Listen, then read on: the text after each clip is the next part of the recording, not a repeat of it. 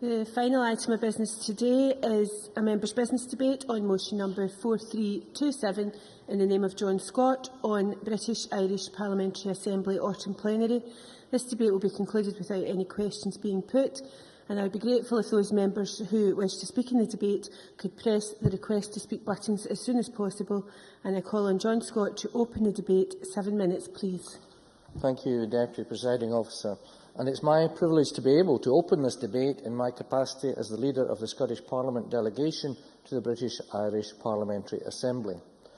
As members may be aware, the British-Irish Parliamentary Assembly, or BIPA, was initially established as the British-Irish Interparliamentary Body, with the first meeting being held in London in 1990, when the Constitution was agreed and the first plenary session was held.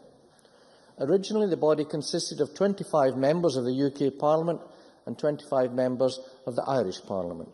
In 2001, following the 1998 Good Friday Agreement and the establishment of the British-Irish Council to foster further dialogue between governments in the British Isles, the membership of the body was enlarged to include representatives of the legislatures in Scotland, Wales, Northern Ireland, the Isle of Man, Guernsey and Jersey, with Scotland having 5 members of the enlarged 68-member Assembly.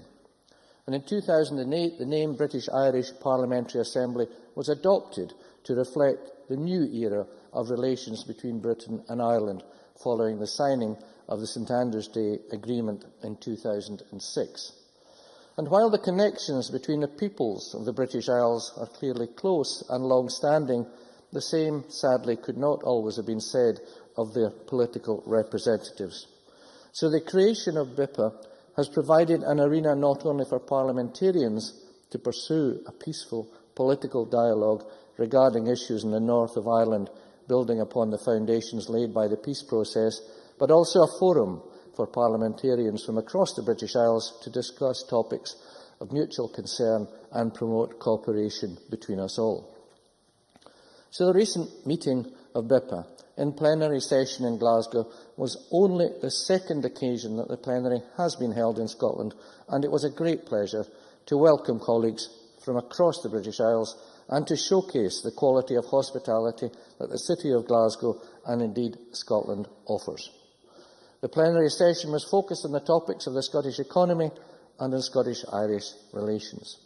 A wide range of speakers addressed the plenary, including Fergus Ewing, our own Minister for Energy, Enterprise and Tourism, Theresa Villiers, MP, Secretary of State for Northern Ireland, Graham Smith from the STUC, Graham Riddle from Visit Scotland and Ian McMillan of the CBI. And the plenary session also provided an opportunity to engage with the Irish diaspora organisations in Scotland, who also attended the dinner, which was hosted by the Deputy Provost of Glasgow City Council, Gerald Leonard, and which was addressed by the presiding officer. And can I say what a wonderful setting Glasgow City Chambers was for this occasion, and on behalf of all the Scottish parliamentary delegation, thank the Deputy Lord Provost for the generous welcome and hospitality that he provided.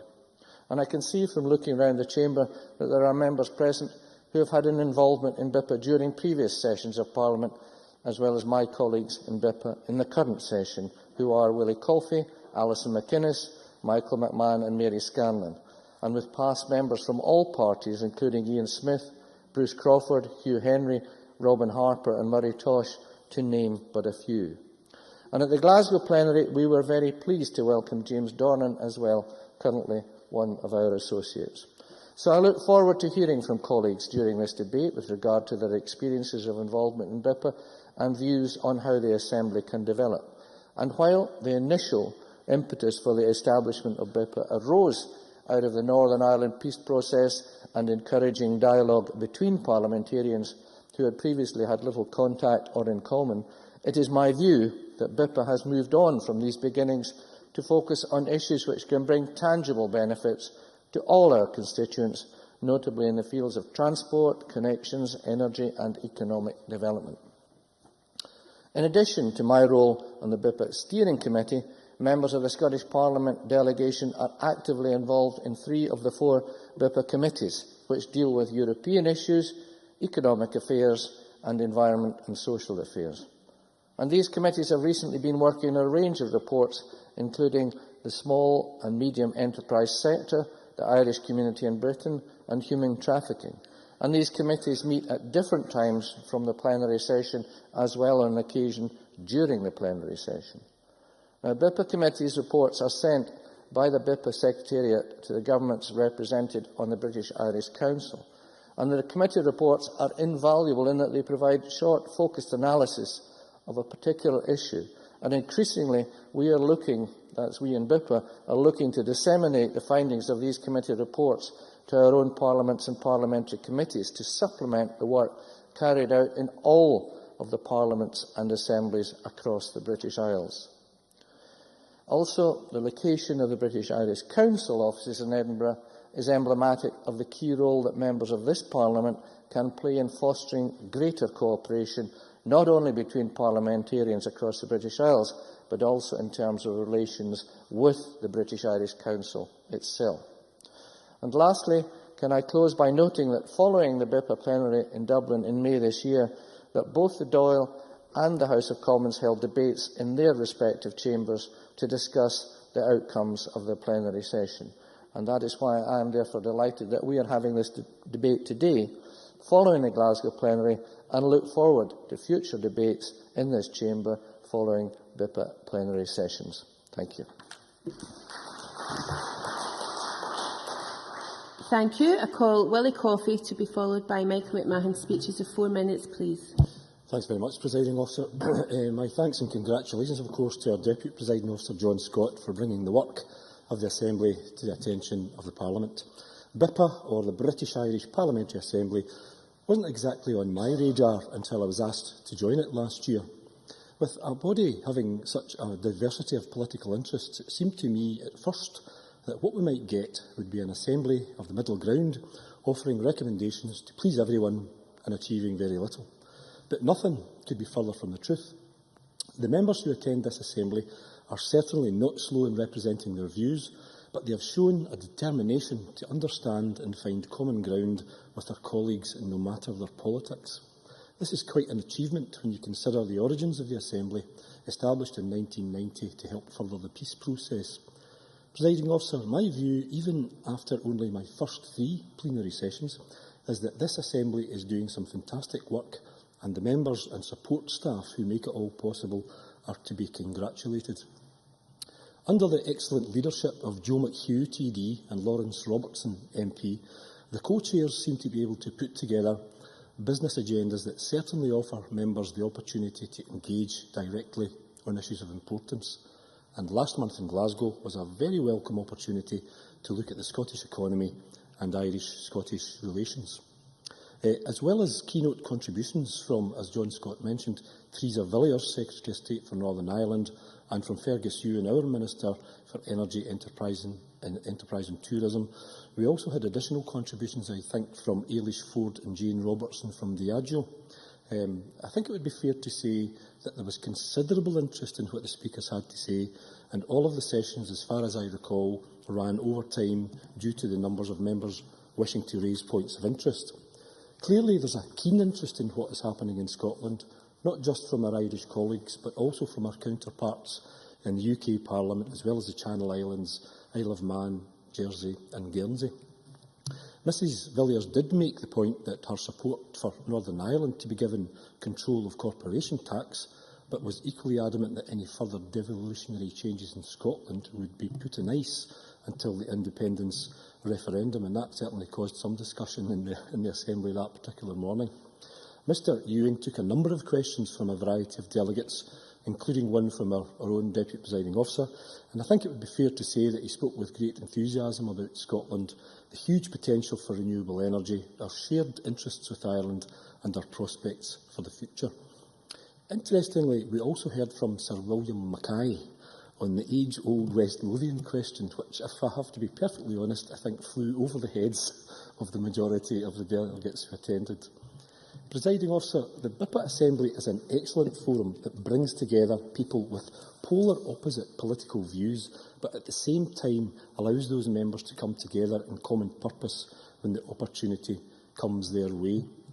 So far, my experience, firstly in Brighton as a guest of our UK Parliament hosts, was first class, then followed by a memorable visit to Dublin, where the Assembly was addressed by Taoiseach Enda Kenny and later hosted by President Michael D. Higgins.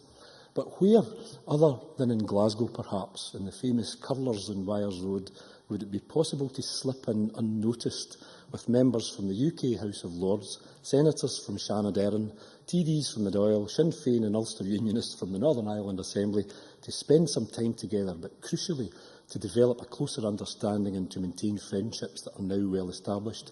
Glasgow indeed offered our colleagues a very warm welcome and left a great impression. So I'm very much looking forward, Presiding Officer, to further engagement with colleagues in the Assembly, and thanks once again to our own staff in the Scottish Parliament who work so hard to make these occasions such a success. Gaurav and Tholiv, Becky Mayshiv, Inun and Gall. Best wishes and see you in Donegal. Thank you. I now call Michael McMahon to be followed by Mary Scanlon. Thank you, Deputy Presiding Officer. And can I also congratulate John Scott on bringing this debate to the Parliament? And I hope that in future, just like in other jurisdictions like Westminster and the Dáil, it's not a members' debate in future, something that John has had to use members' time to have, but something that actually gets built into the programme of the Parliament, because I think the work of the British Irish Parliamentary Assembly is becoming much more important and should become an integral part of the debate and discussions that we have in this place. I first became involved in BIPA when it was the British Irish Inter-Parliamentary Body, more commonly known as the Body. It was as an associate member that I first became involved in the body, and I was frustrated at that time because, while being a substitute or an associate member meant that I could participate in the debates at the plenary sessions and was able to hear a vast array of speakers from a whole host of different jurisdictions speaking on important matters. It was the ongoing work of the committees that I felt frustrated I couldn't continue to follow through on that work. To hear the work of the committees being reported back to the plenary, but not to be able to engage in that and to get involved and take the work forward, was a bit of a frustration, especially if you had a particular interest in those subjects. So being a full member of BIPA, it now allows me to participate on an ongoing basis with the committee that I'm currently involved in on environment and social issues, Committee D. But what the development of BIPA from the body is a good news story. I do have some criticisms about my early experiences of the body, because although Wally Coffey is absolutely right, there is a social dimension to what goes on, and meeting with colleagues from other jurisdictions in a social setting can be beneficial to building up good relations. I felt initially that that was the focus of the body. There was too much emphasis on that. You can't say that about BIPA now. It is a much more substantial institution, and the elected representatives who've got us to this point deserve great credit for taking what was a very almost talking shop type attitude out of the discussions and bringing forward much more important, substantive and substantial issues. While I understand that the body, as it was, had to walk before it could run, and in the initial stages in the post-Anglo-Irish Agreement days, a lot of the issues were pretty tortuous, and there was a lot of trepidation and a lot of finessing and caressing of political issues at that time, and things were pretty difficult. And it's to the great credit of the MPs, TDs and others who were involved in those initial days that the body played such a huge role in bringing together and helping to move forward the peace process. But BIPA did serve its purpose well, and can now move on, I think, into discussing in a much more constructive and substantive way economic, social and political issues. And I think it is starting to do that. And it's because I'm now involved in the committees that I feel as though that it's become more central to the work of the plenaries, and much more involves the other members in things as we move forward. When I first went on to Committee D, they had just completed the substantive report on the relations between the British and Irish diaspora. And although I had some criticisms of that report, it is a very useful report. We've gone on to look at a very short report on flooding, which I think has helped inform the other jurisdictions. And I'm just back last night from Belfast, where we've had the latest leg of our inquiry into human trafficking. And that has been a really important piece of work, and we'll be in Edinburgh in January talking about that again. So we have to congratulate all those involved in BIPA. It is a very important organisation. I'm delighted to be a part of it, and I look forward in the years ahead to continuing to put some effort in to try and identify areas that we can work together across the British Isles so that we all benefit from one another's knowledge. Thank you. Thank you. And I now call Mary Scanlon. Thank you, Presiding Officer. I would also like to thank my colleague John Scott for securing this debate, and I would join him in acknowledging the hospitality and indeed the splendour of Glasgow City Chambers. I would also say I agree with Michael McMahon's point, given that Westminster, I think Stormont and also the Oireachtas had BIPA debates in full plenary sessions. I think it's also appropriate that this Parliament do the same in future. But like Willie Coffey, I have to say that I was also not too familiar with the British-Irish Parliamentary Assembly until it was mentioned by a minister in response to a member's business relating to Irish people living in Scotland. I was asked to speak in that debate as my mother came from Donegal and, like many others, settled in Scotland. I'm proud of my Donegal roots and equally those of my father, who was born and bred here in Scotland. I've now attended 3 sessions of the BIPA, with the first one in the Grand Hotel in Brighton, when I was placed beside a Sinn Féin delegate for dinner, then the Dublin meeting, and of course last month in Glasgow. I commend the work done by the co-chairs Lawrence Robertson, MP for Tewkesbury, and Joe McHugh, Fine Gael TD from Donegal. John Scott mentioned the development of the BIPA to 2008, but I would also like to add, Presiding Officer, that this is an important development as no other body across these islands brings together parliamentarians from all these different administrations and indeed from such a variety of political backgrounds. For me, the address by the Taoiseach, Enda Kenny in Dublin, has been one of my highlights to date. As a previous member of the BIPA, he spoke of the experience of the developments between our countries. He described the Queen's visit to Ireland as groundbreaking, momentous and unique, as well as a turning point in British-Irish relations. The focus at the BIPA meetings is on working together, building trust, forging relationships and developing understanding between parliamentarians from all the islands. Over €1 billion of trade crosses the Irish Sea every week, and Ireland's exports to the UK increased by over €600 million in the year of 2011 alone. Exports from Ireland to the UK are greater than Irish exports to Brazil, Russia, India and China put together.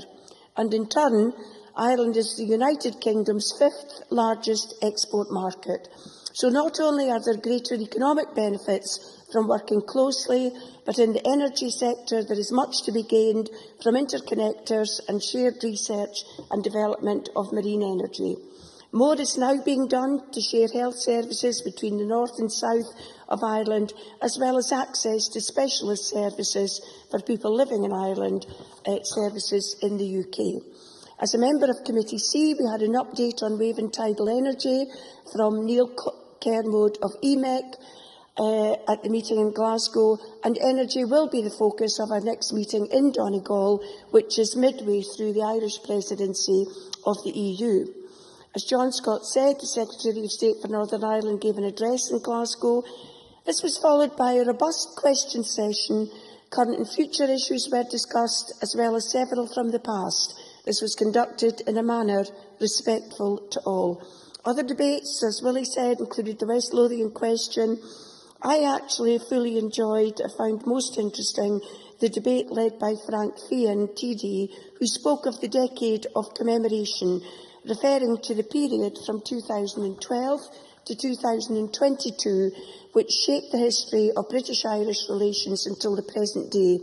And whilst we are likely to focus on the Great War from 2014 to 18 and also Bannockburn, this was also a historically unique period in Irish history, with the Third Home Rule Bill in 1914, Ulster Covenant 1912, outbreak of the First World War, Representation of the People Act, giving the franchise to women over 30, the establishment of the Irish Free State, and so much more. I think I could sum up by saying the joint statement by Prime Minister David Cameron and the Taoiseach in March this year says it all for me. 2012 marks the beginning of a decade of centenary commemorations of events that have helped to shape our political destinies. This series of commemoration offers us an opportunity to explore and reflect on key episodes of our past. We will do so in a spirit of historical accuracy, inclusiveness and reconciliation. I think that's what the BIPA is all about. So it has to be better, Presiding Officer, to build good relations with trusted neighbours and work together to our mutual advantage for the sake of all the people living in Scotland, England, Wales, Northern Ireland, the Republic of Ireland, Isle of Man, Guernsey and Jersey. Thank you. Thank you. Can I now ask the Cabinet Secretary to respond to the debate? Fiona Hislop, Cabinet Secretary, you have 7 minutes. I'm glad to have the opportunity, Deputy Presiding Officer, as part of this debate to comment on the valuable work of the British-Irish Parliamentary Assembly and to recognise that Glasgow is the venue for the 45th plenary session of the British-Irish Parliamentary Assembly and that the agenda had such a strong Scottish theme. The First Minister, who is himself a former member of BIPA, wrote at the time welcoming the Assembly to Scotland and offering his best wishes for a lively and productive plenary session. My colleague, Mr Ewing, addressed the Assembly and has told me how successful the event was, and the report suggests that the sessions were certainly lively, and certainly from the contributions from Michael McMahon, William Coffey, John Scott and Mary Scanlon, I think they have reflected that very well in their speeches.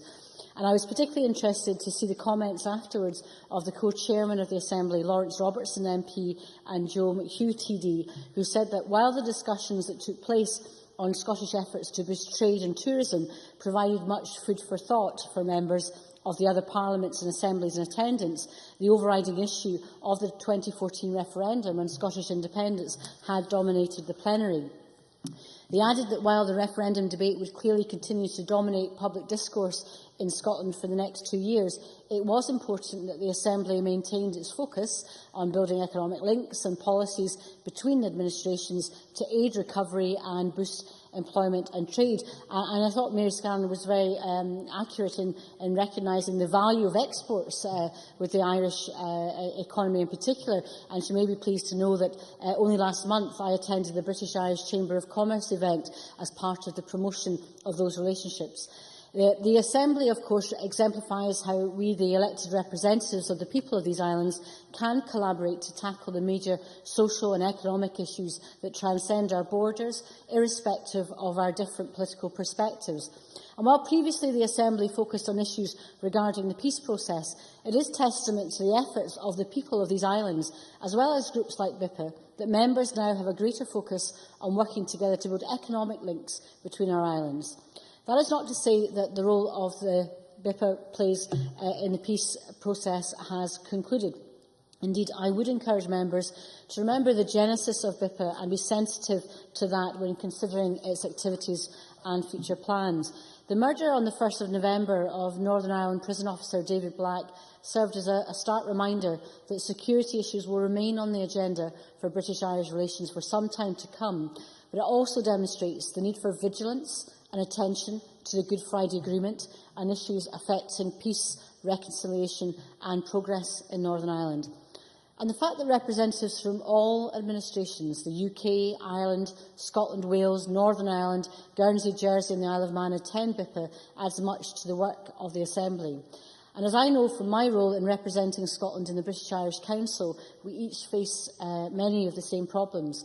The difficulties and challenges we have to overcome, especially in such challenging economic times, are often very similar, and it is essential that we cooperate with and learn from each other as we seek to overcome them. Now, in that regard, the BIC, which is the intergovernmental body, has agreed to share information on the various work streams more proactively with BIPA.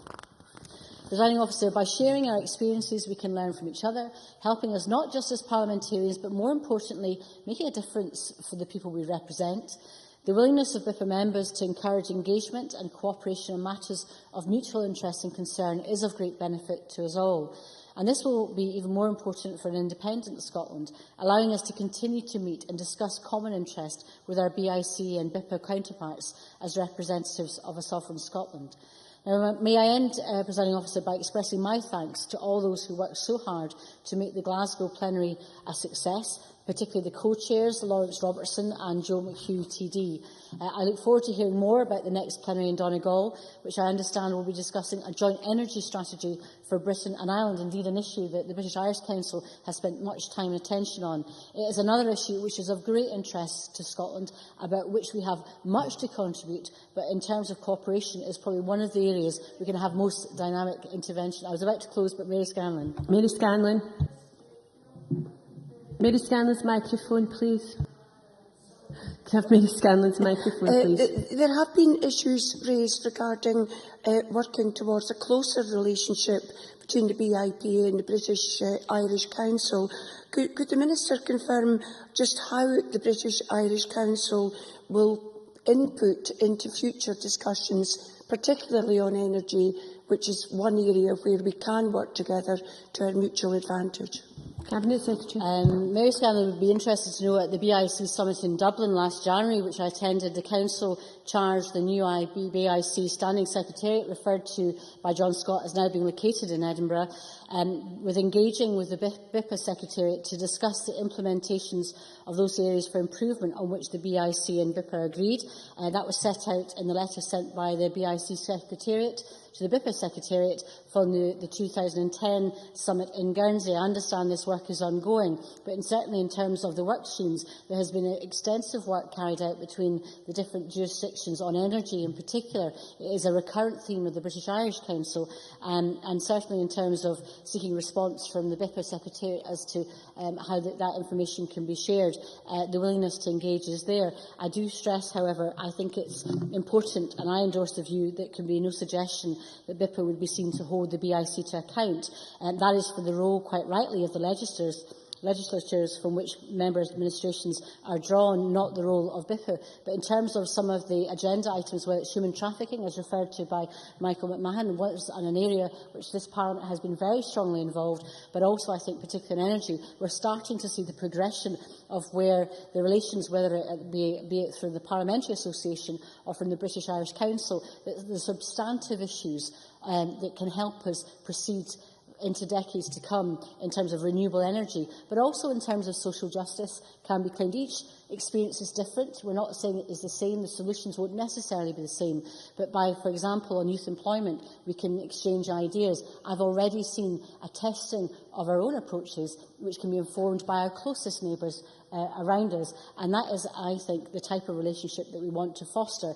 And that is why I think the role of individual parliamentarians in the BIPA, whether it's from this Parliament or from others, is really important, because we have to test ourselves just as much as you, as the parliamentarians here, have to test this government and what we do. Being better informed by other examples of what is happening, I think, can help us produce better policy solutions, because at the end of the day, it's the people that we serve that we have the opportunity and the privilege in this Parliament to represent, that really have to be the foremost of our thinking on this issue. I hope that explains some of the relationships, and I'm happy to engage with members on that in the years to come. Thank you. Thank you, Cabinet Secretary. That concludes John Scott's debate on British Irish Parliamentary Assembly, and I now close this meeting of Parliament.